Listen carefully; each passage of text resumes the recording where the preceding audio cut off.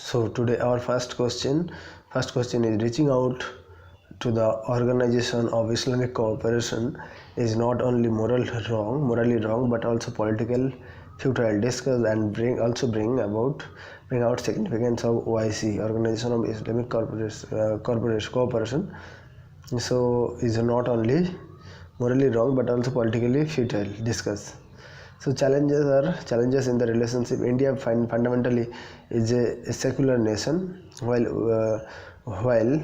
Organization of Islamic Cooperation is an organization formed to protect interest of Muslims around the world. Thus, joining it would go against India's fundamental principle. India, compared to Pakistan, would not be valued there, as Pakistan is very close to many member countries like Iran and Turkey, with whom it shared membership of CENTO. Pakistan had great leverage with the conservative Arab monarchies for ideological reasons, and because of the fact that its military was willing to provide the Arab monarchies with well-trained soldiers. And many events of the OIC, so Organization of Islamic Cooperation, went against the interest of India, such as while OIC welcomed Prime Minister of Pakistan Imran Khan to hand over the Indian pilot as a gesture of goodwill to de-escalate tension in the region. It did not mention Pulwama terror attack. One of the most important setbacks was the resolution by the OIC ministerial meeting in Abu Dhabi condemning state terrorism in India-held Kashmir. As per the reports, 15 of the 20 most polluted cities in the second question, 15 out of 20 most polluted cities in the world are in India. Discuss the reason behind increasing pollution in India's cities and steps needed to tackle this problem. Increasing pollution in India because of lack of adherence to environmental norms by agriculture and industry. Increasing vehicular emission, poor law enforcement, and pollution from household. Lack of technological solutions to address air quality. Steps needed. What steps needed? Important measurement include to control pollution related to cutting down vehicular emission, cutting down and resuspension of road dust and other fugitive emission, and 3. Biomass handling for avoiding municipal solid waste burning. 5. Strict curbs in industrial pollution, and 6. Moderating pollution from construction and demolition activity. 3.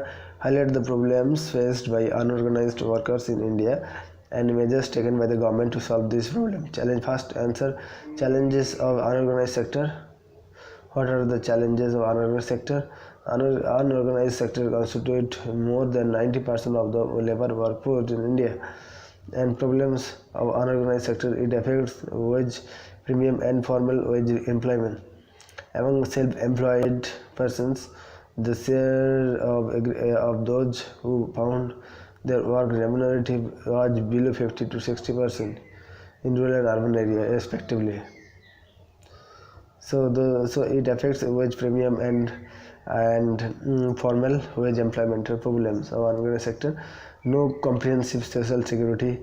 Among self-employed persons, the share of those who found their work remunerative was below 50 to 60%.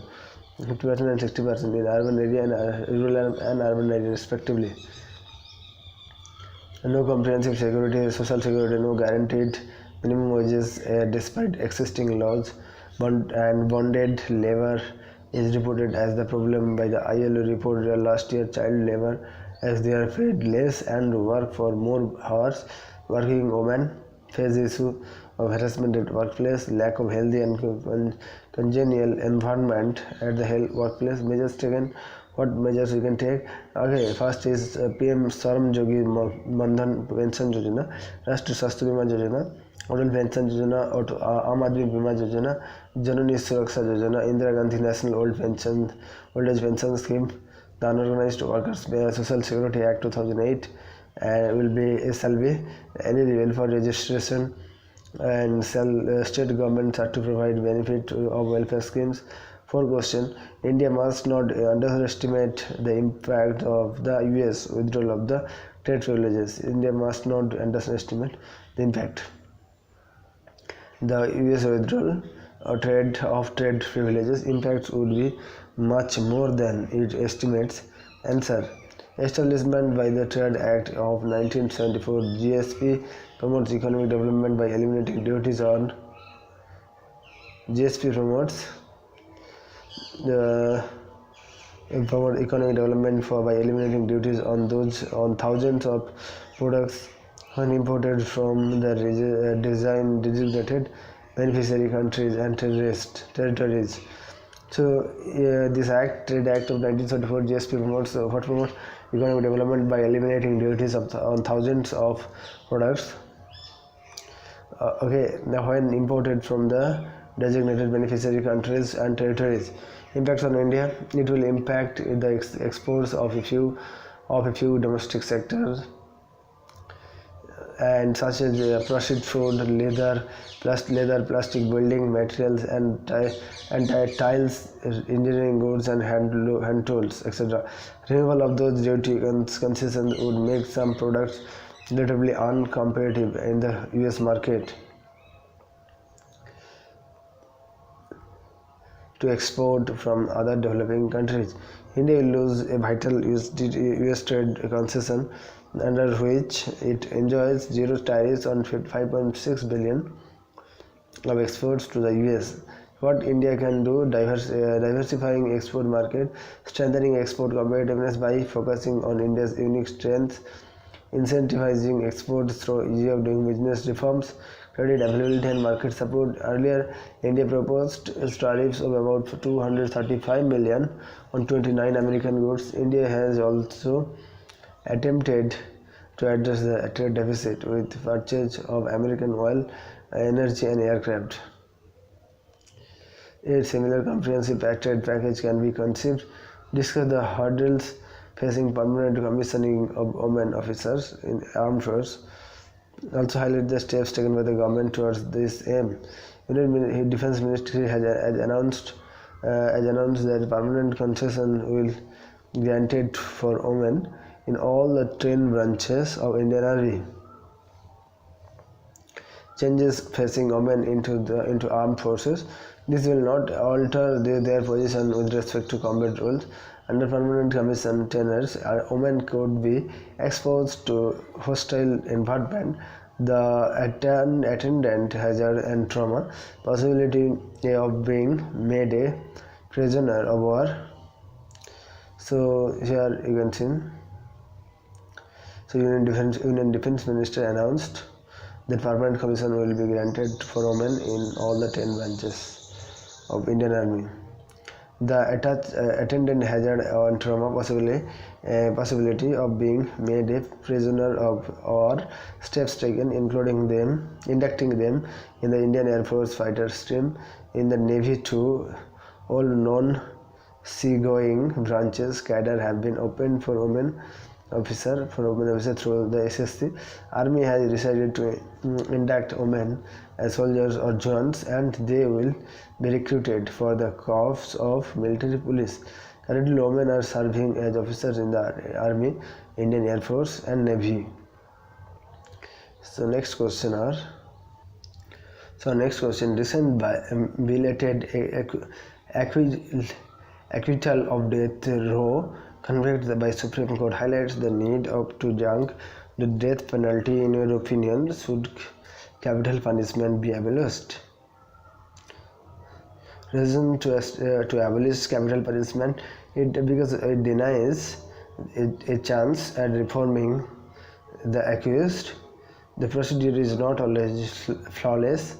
It believes in the traditional idea of retributive justice.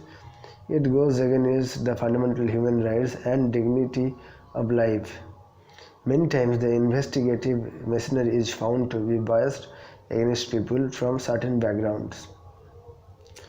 So that's why reasons to abolish capital punishment. What next question? What are the reasons that even better education for women is not leading to better job opportunities, marriage prospects, or freedom of movement? In your opinion, what should be done to improve the quality of life of women? Despite higher enrollment ratio and better education outcomes, many women are not finding themselves suitably placed in the job market. This is due to a bad combination of social, cultural, and political and economic factors. Way out.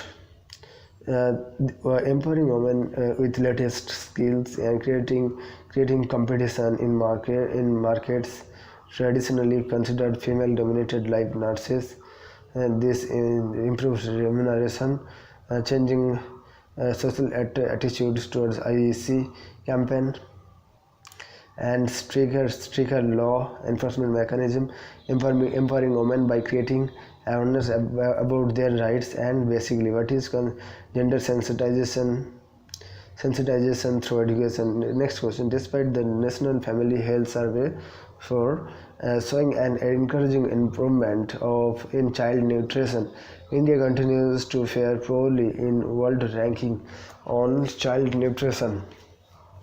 Discuss the reason for the same and suggest what needs to be done. Despite the National Family Health Surveys for showing an encouraging improvement of child nutrition, India continues to fare poorly in world ranking on child nutrition. Discuss the reason for the same and suggest what needs to be done.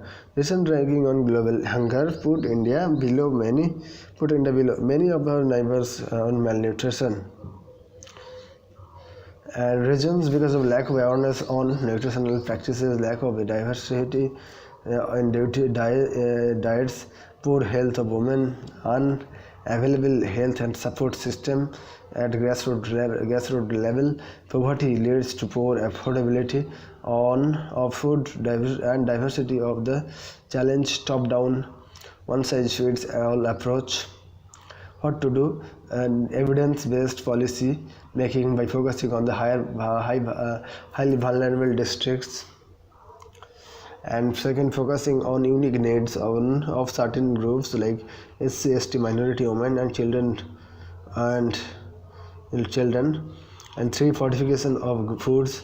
Four, encouraging diverse diets with the help of agriculture scientists, providing nutritious food through the National Food Subsidy Program, extension NDM scheme to all levels of government education. 4, shifting of traditional joint family into nuclear family makes elderly emotionally and financially insecure. Shifting to a traditional joint family into nuclear family makes elderly emotionally and financially insecure. Explain problems facing elderly. So, displaced from their traditional localities into mostly urban areas where there is a lack of community reprieve emotional support, they are mostly confined to the role of caretakers to grandchildren. Thus, their personal activities of interest are neglected. High cost of urban life makes any major savings useless if children ignore parents. Lack of awareness of many issues ranging from services providers like plumbers, electricians, to poor information on transport system in cities, etc., makes them dependent on someone else, thus reducing their agency. The next 5 is soaring health cost makes them dependent on children, and this may even lead to conflicts in many families.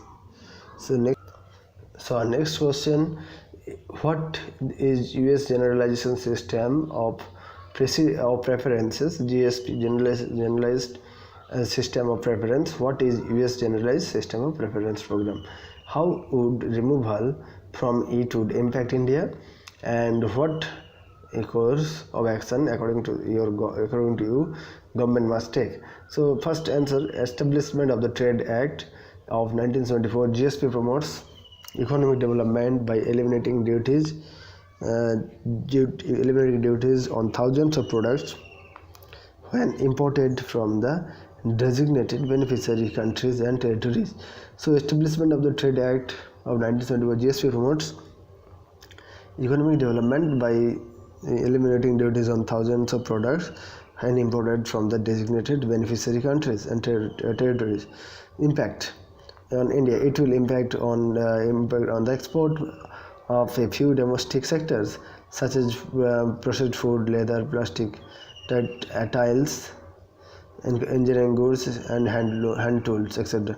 Removal of these duty concessions would make some products relatively uncompetitive in the US market to export from other developing countries. India will lose a vital US trade concession under which it enjoys zero tax on 5.6 billion on export to the US. What India can do: diversifying export market, strengthening export competitiveness by focusing on India's unique strength, incentivizing exporters through ease of doing business, reforms and credit availability and market support. Next,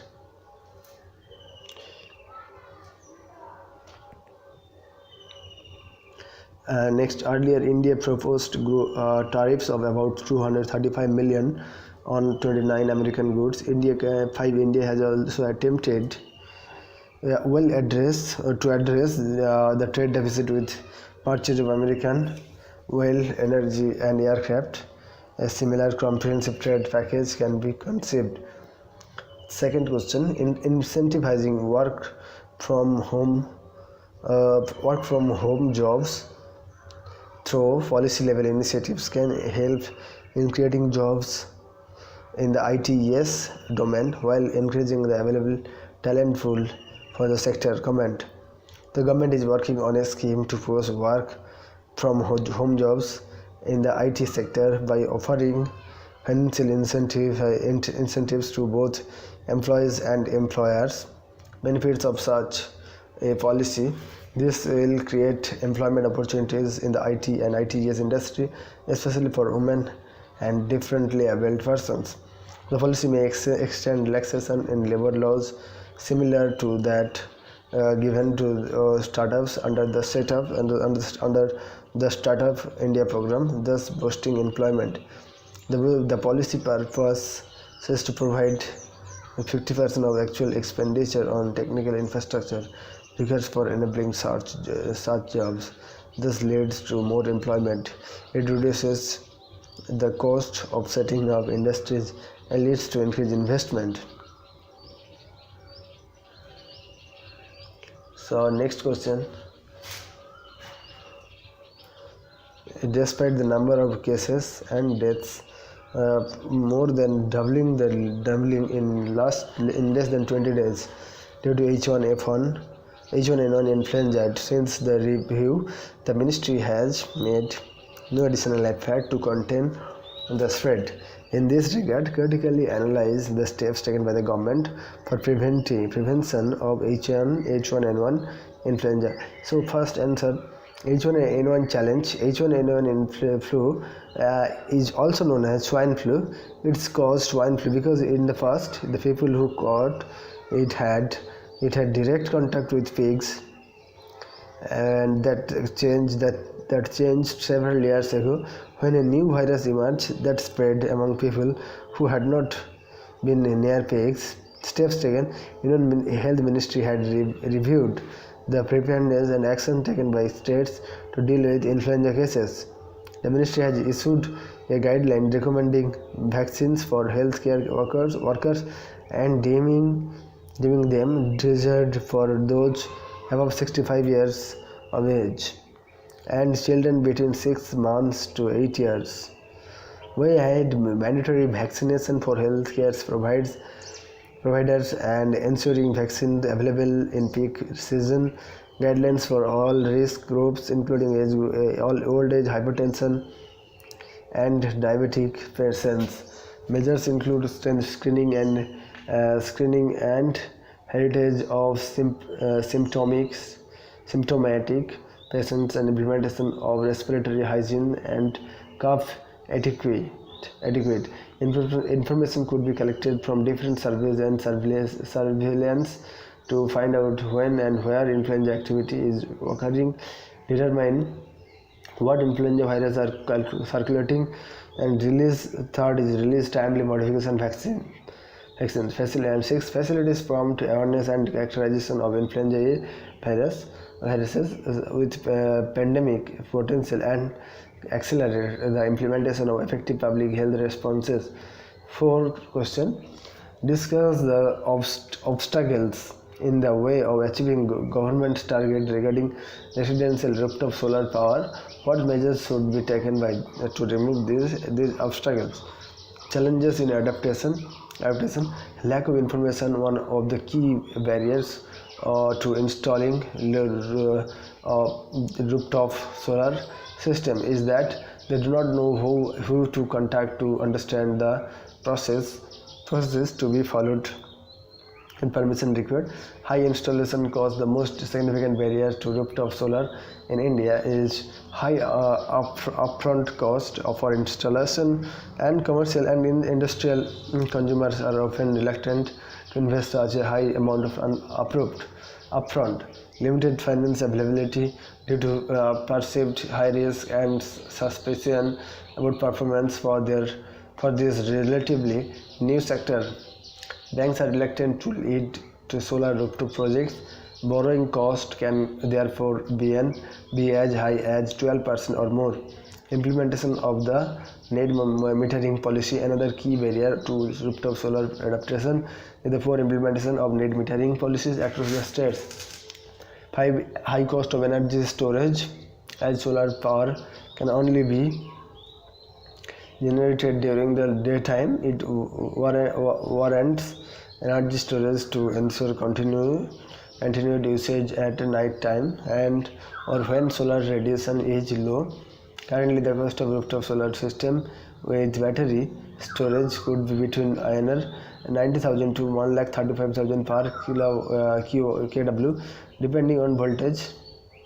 Measures to promote STRE. Information must be accessible to common citizens on the different dimensions like amount of shadow-free roof area needed for generating a unit of electricity and pricing. Operating the system after sales maintenance and support. Reliable rooftop solar vendors.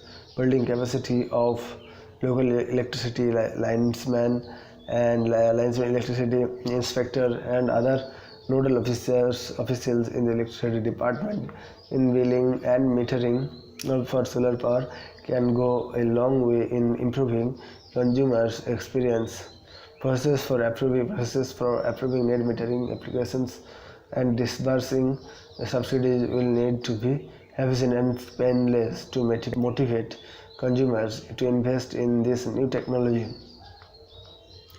Due to lack of monitoring and enforcement, initiatives like flaws in EIA notification for STRT has become futile. There is reluctant requirement of mechanism that can monitor the progress of mandatory guidelines. Instead of providing subsidies, government must rely on policy initiatives and administrative reforms. Finances is one of the major hurdles. Loans need to be made available for the installation, which requires a significant capacity building to retail bank branches. Processes for approving net metering applications and disbursing subsidies will need to be efficient and painless to motivate consumers to invest in this new technology. So thank you.